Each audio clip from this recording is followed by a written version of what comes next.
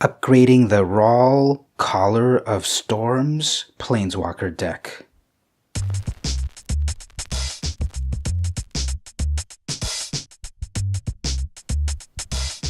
Hey everyone, it's vmcampos, Magic Fan.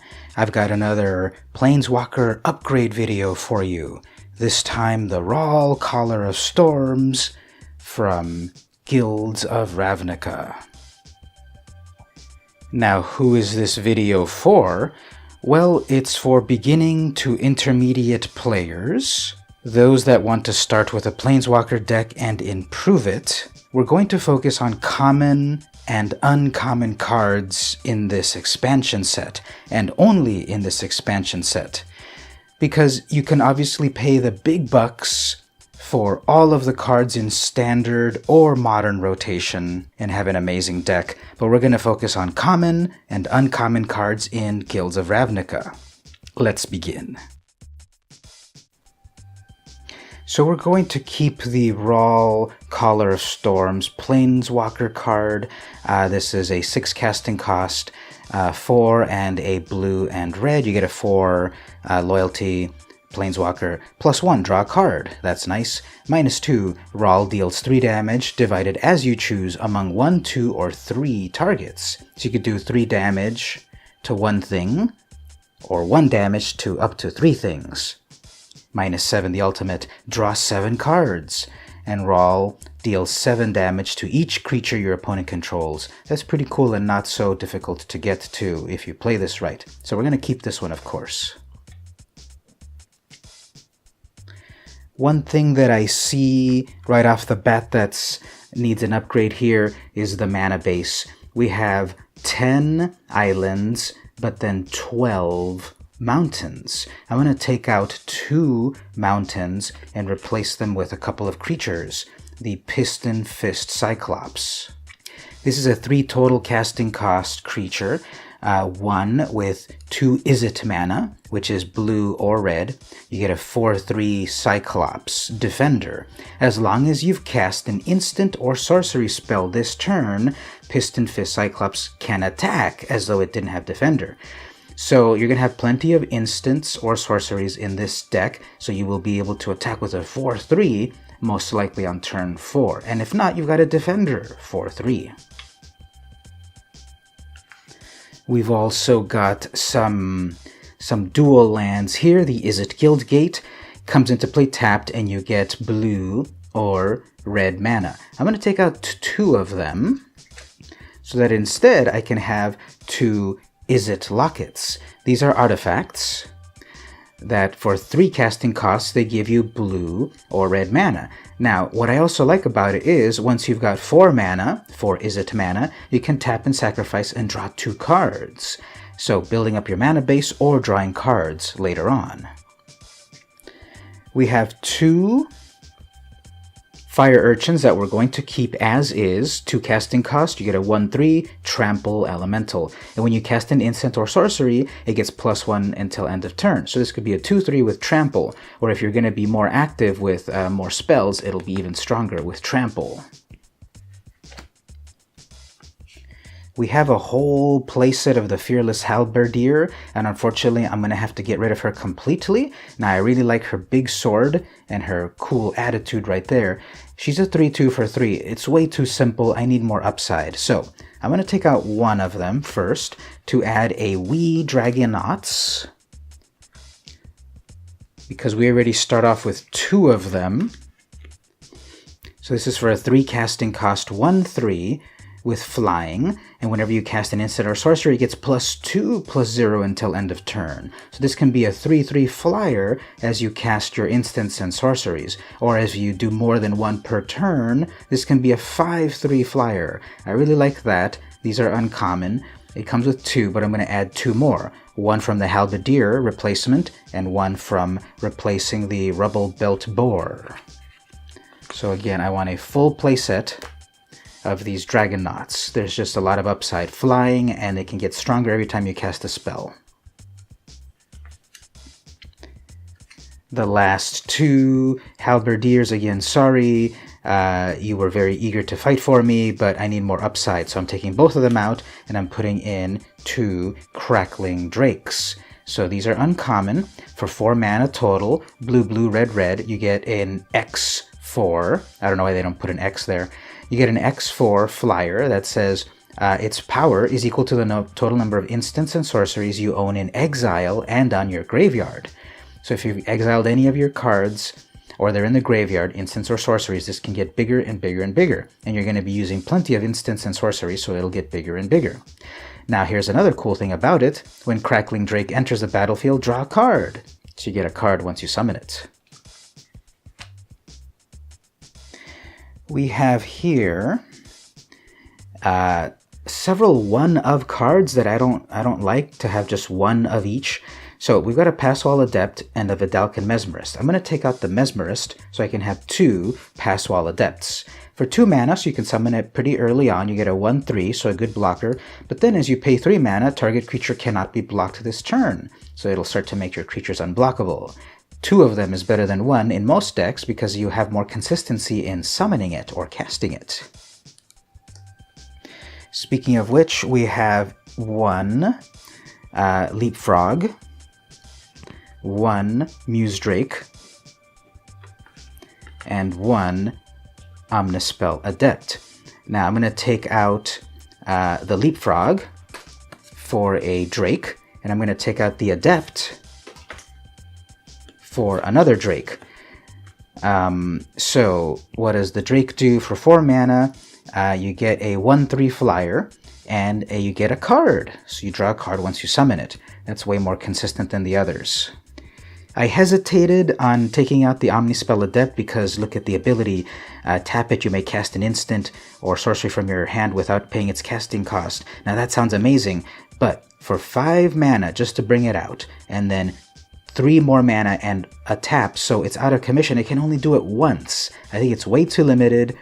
I think with a repeatable attacker in the air and an extra card, I think that's worth it a little bit more. Continuing with our creatures, we've got an Erratic Cyclops. This is a rare. I'll keep it. This came with the deck.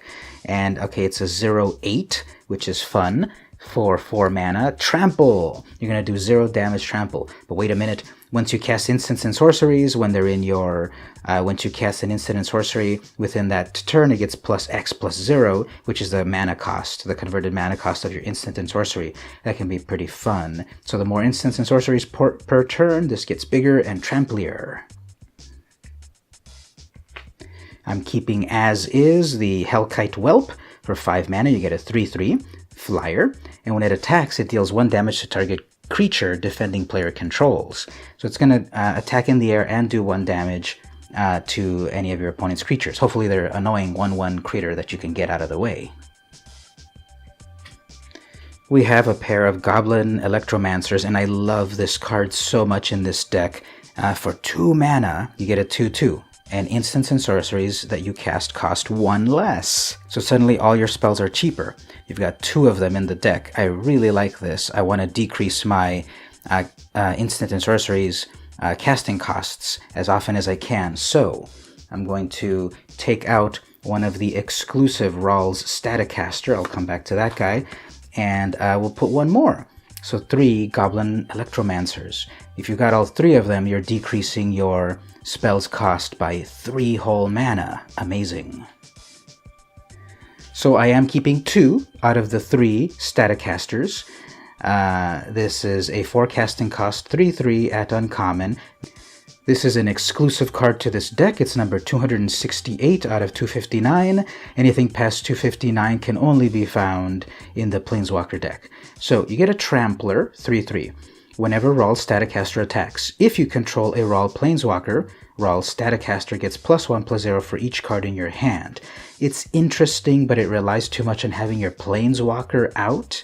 It relies on having cards in hand to really get strong. You may be too overzealous and be using them all up, so this isn't going to get incredibly powerful, but even on its most basic side, a 3/3 Trampler is fine. Well, since that assumes that you have your Ral Planeswalker out, we're going to keep the 2 exclusive Ral's Dispersals. This is for 5 casting cost instant. Return target creature to its owner's hand. You may search your library for a card named Ral, Caller of Storms, reveal it, and put it into your hand. Then shuffle.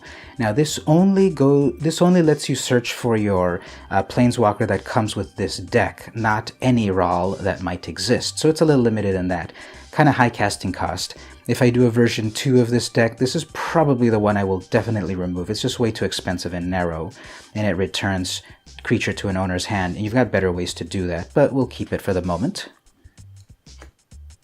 Now we'll start talking about instants and sorceries. So we have one of each of Chemist's Insight and Maximize Altitude. This one is totally worthless usually. So we're going to keep the Chemist's Insight and have 2 of them, which is 4 casting cost instant, draw 2 cards, and then we have Jumpstart, so you can play it again, Sam, later on when you can discard from your hand. So more cards, more good. I'm keeping the 1 Sonic Assault for 3 total mana instant. Tap target creature. Sonic Assault deals 2 damage to that creature's controller. You can jumpstart it so you can play it again. So these jumpstart cards are cool because you can kind of play, because you kind of have 2 copies of them even with 1 card in hand. We've got 2 Command the Storms for 5 mana, deals 5 damage to target creature. Amazing. Not really. 5 casting cost for 5 damage is way too high. I'm going to take both of them out and instead put in a Lava Coil. For 2 mana, you can do 4 damage. Okay, 4 is less than 5, but the casting cost is way more affordable.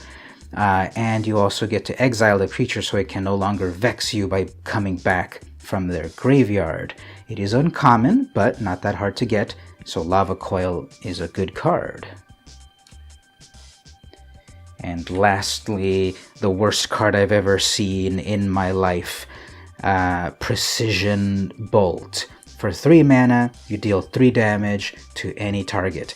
Now the reason I say this is bad is because I've been playing Magic for a while, since the 90s, and back in my day, for 1 red mana, you could do 3 damage to any target. So after 25 years, this has been super disabled down to 3 damage for 3 mana. Now, it's one of the exclusive cards, so you can only get it in this deck. We do not want this at all, because instead we want Direct Current, the whole playset of 4. So instead of the 4, whatever that card was over there that I threw away, Direct Current. Okay, you do 2 damage to any target for 3 casting cost. But you've got Jumpstart, so you can recycle it, redo it. So this is like 8 copies of the card instead of that 4 of the other one. So casting cost is a little bit more devotion to red, but you can target anything for 2 damage and jumpstart it to keep it coming back. Alright, let's talk about Sideboard. In the Sideboard over here, depending how your games go, you may have to deal with more creatures. So we've got a Sonic Assault. I'm going to put 3 of them in the sideboard to complement the one I've already got. So I may want to do more damage to my opponent's creature, or I may want to tap my opponent's creatures and do damage to them. So I've got that in the sideboard. Speaking of creatures, okay, I may simply want to lock down a creature. For casting cost, Capture Sphere. It can flash into the battlefield.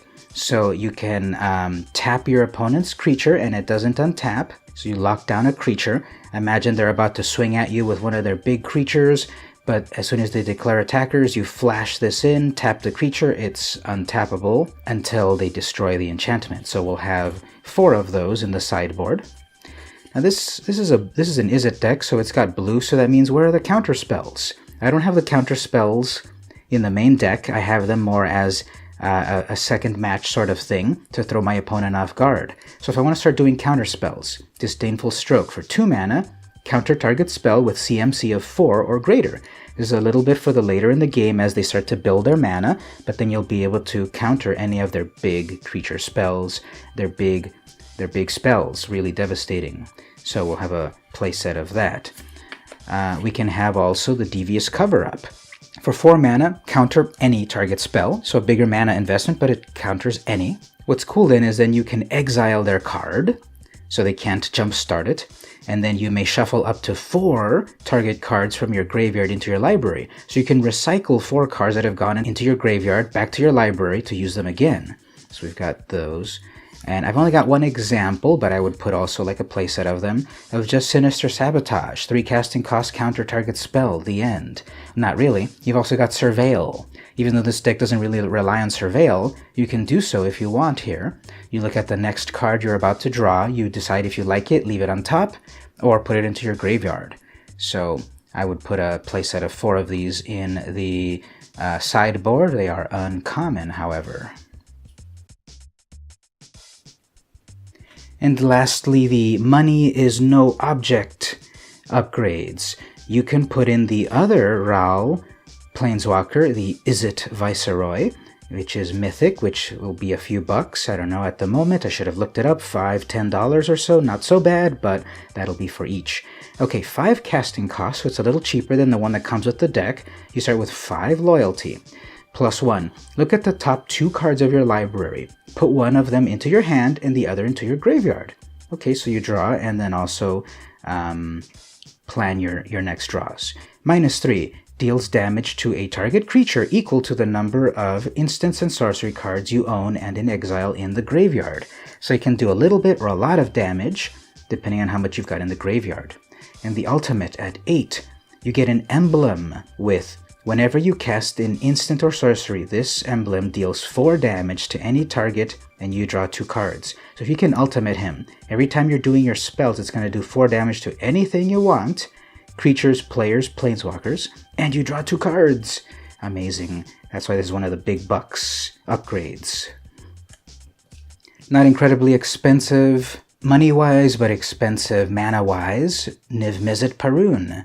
For 6 total mana, blue, blue, blue, red, red, red, you get a 5/5 legendary dragon wizard with a spell that cannot be countered.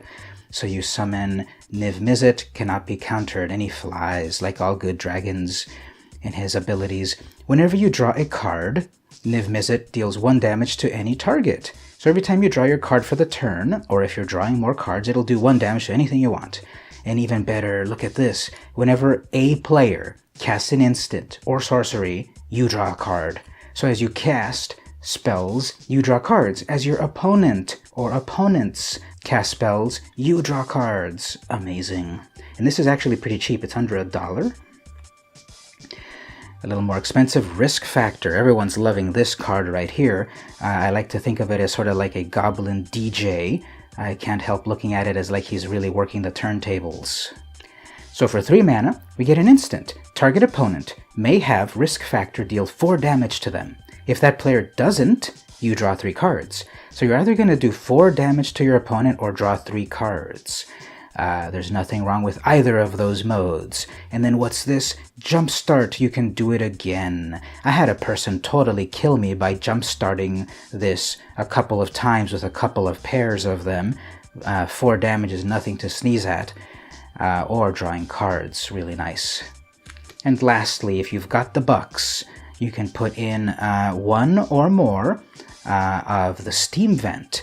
This is the land, island, mountain. So it's got a basic land type, which means you can search for this depending on your other card searchers. It can give you either blue or red mana, and it doesn't come into the field tapped if you pay 2 life. So this is the upgrade compared to the Is It Guildgate. But these are the ones that are getting pricey, $8 and up.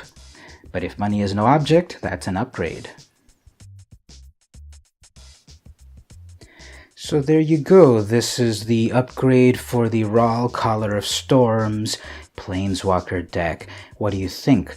Do you think you'll be more fearsome with these upgrades? I think you will. If you find any other ideas, put them in the comments. I'd love to hear about it. Remember, I'm focused on common and uncommons, but if you've got some other strategies for some of the other cards in this expansion, let me know. Or what about this plus M19 or Ixalan? I don't know. Tell me about it in the comments. If you like this video, don't forget to follow the link in the description to go read the full deck list plus more strategy. You can find it in my Patreon account. And what do you get for contributing to my Patreon? Exclusive content, and I will mail you cards when you join up. Cool vintage cards, cards that are at least 20 years old, that are Commander legal. So really impress your opponents with having cards older than them in your deck for $2 a month if you join my Patreon. This has been VM Campos. Thanks for watching. See you in Ravnica.